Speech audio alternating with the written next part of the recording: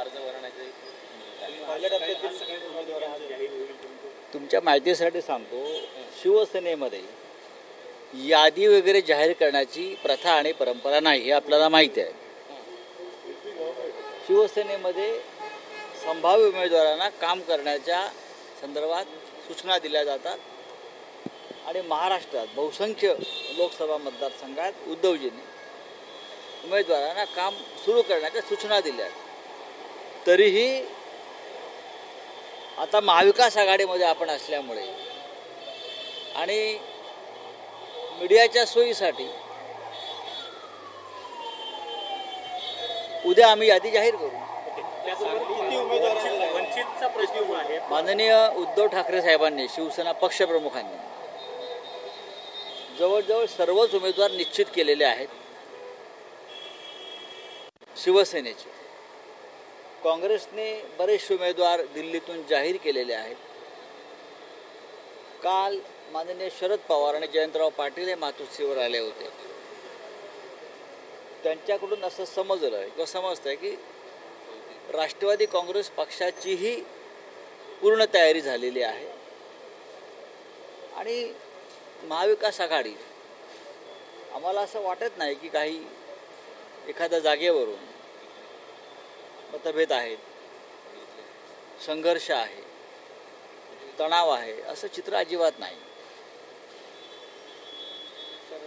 वंचितला नवीन प्रस्ताव देण्यात आला का? पाच जागांचा प्रस्ताव दिलेला आहे. हो, वंचित, बहुजन वंचित आघाडी हा आजही महाराष्ट्र विकास आघाडीतला महत्त्वाचा घटक पक्ष आहे, सन्माननीय घटक पक्ष आहे. माननीय बाळासाहेब आंबेडकर हे सगळ्यांचे नेते आहेत. त्यांच्याशी आम्ही वारंवार संवाद साधतोय. तिन्ही पक्षाच्या लोकांनी त्यांच्याशी डायलॉग कायम ठेवलेला आहे. आघाडीमध्ये जागा वाटप करताना अनेकदा थोडंसं हे होतं, मागे पुढे होतं. आमचा प्रस्ताव आम्ही त्यांना दिला की आम्ही त्यांना 4 जागा देऊ शकतो, म्हणजे एकत्र देऊ शकतो, म्हणजे आपण लढू शकतो एकत्र. त्याच्यामध्ये अर्थात अकोलासुद्धा आहे, अकोलासुद्धा आहे आणि इतर 3 जागा आहेत. आता आमच्या असं लक्षात आलं आहे किंवा त्यांच्या बोलण्यातून की त्यांना 4 जागांचा प्रस्ताव मान्य नाही. तरीही आम्ही सगळे या मताचे आहोत की बाळासाहेब आंबेडकरांशी आम्ही पुन्हा सगळे मिळून चर्चा करू आणि निश्चित सकारात्मक मार्ग काढू. 5 जागा दिल्या तर सर बघा, आमची चर्चेची तयारी आहे.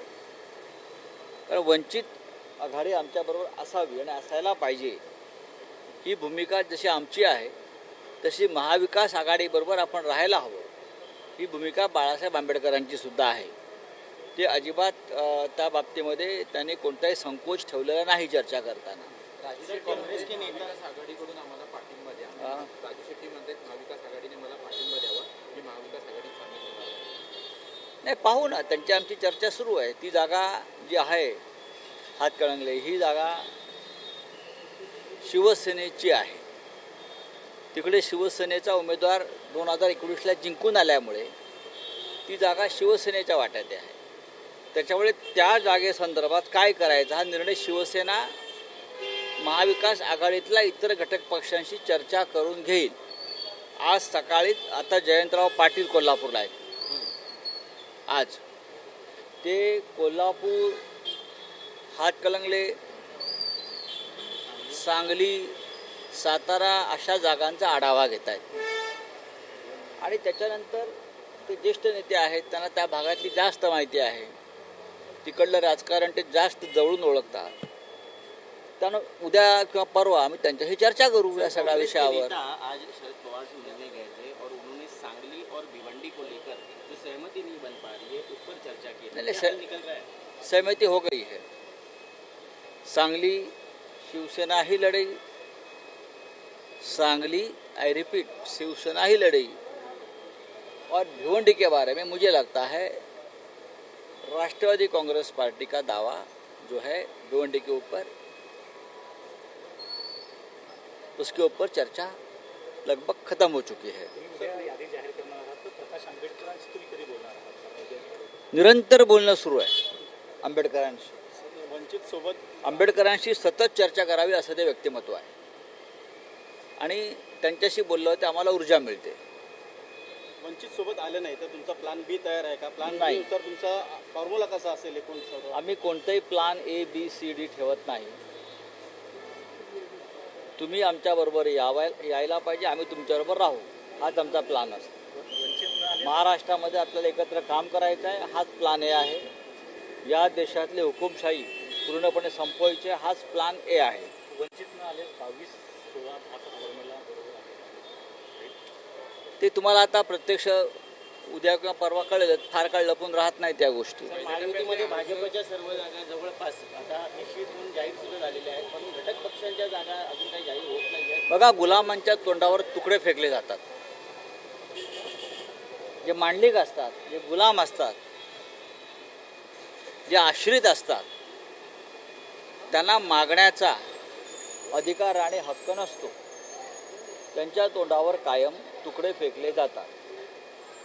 आमचं जागा वाटप आम्ही महाराष्ट्रातच करतो. कधी आम्ही मातोश्रीवर बसतो, कधी सिल्वर ओकला बसतो, कधी अन्य ठिकाणी बसतो. आमच्यात जे काय चाललं आहे ते या राज्यात आहे. आम्हाला उठसूट दिल्लीला जाऊन नेत्यांच्या लॉनवर रुमाल टाकून बसावं लागत नाही. बारामतीची जागा आता कोण लढणार की नाही सुनेत्रा पवार यावरही प्रश्नचिन्ह उपस्थित झाले. कारण महादेव जानकर आता गळायला लागलेत असं ते म्हणतात. गळालाच लावतात, ते स्वतःहून जात नाही आणि मग माणसं गाळ्यात जातात. महादेव जानकरांच्या बाबतीत मी बोलणार नाही, तो त्यांचा निर्णय आहे.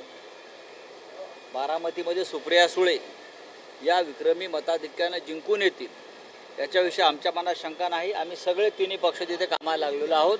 मी स्वतः बारामती मतदारसंघात 3 जाहीर सभा माननीय पवार साहेबांबरोबर केल्या आहेत.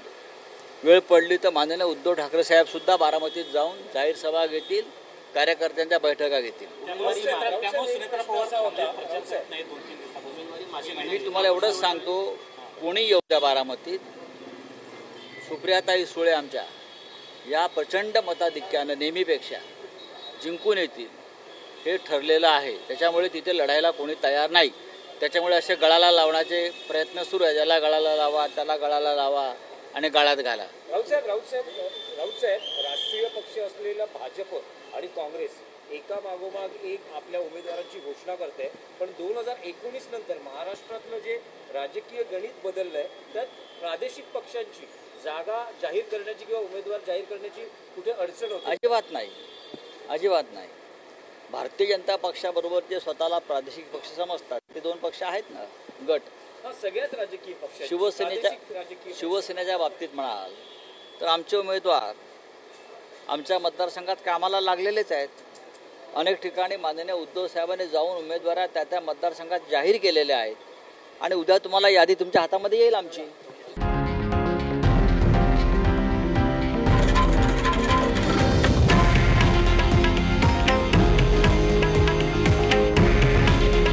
हे आहे देशातील नंबर 1 न्यूज नेटवर्क आणि आपण पाहत आहात TV9 मराठी.